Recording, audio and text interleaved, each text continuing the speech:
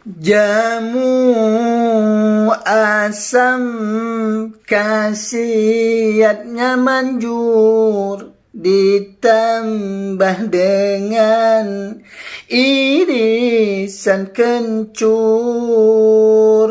Kusangka dia pacar yang jujur, tapi ternyata membuat hancur.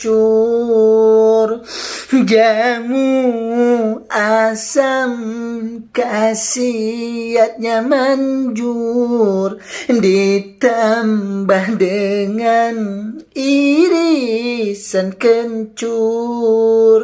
Kusangka dia pacar yang jujur, tapi ternyata membuat hancur. Aku sangka pacar yang jujur, tapi ternyata membuat hancur,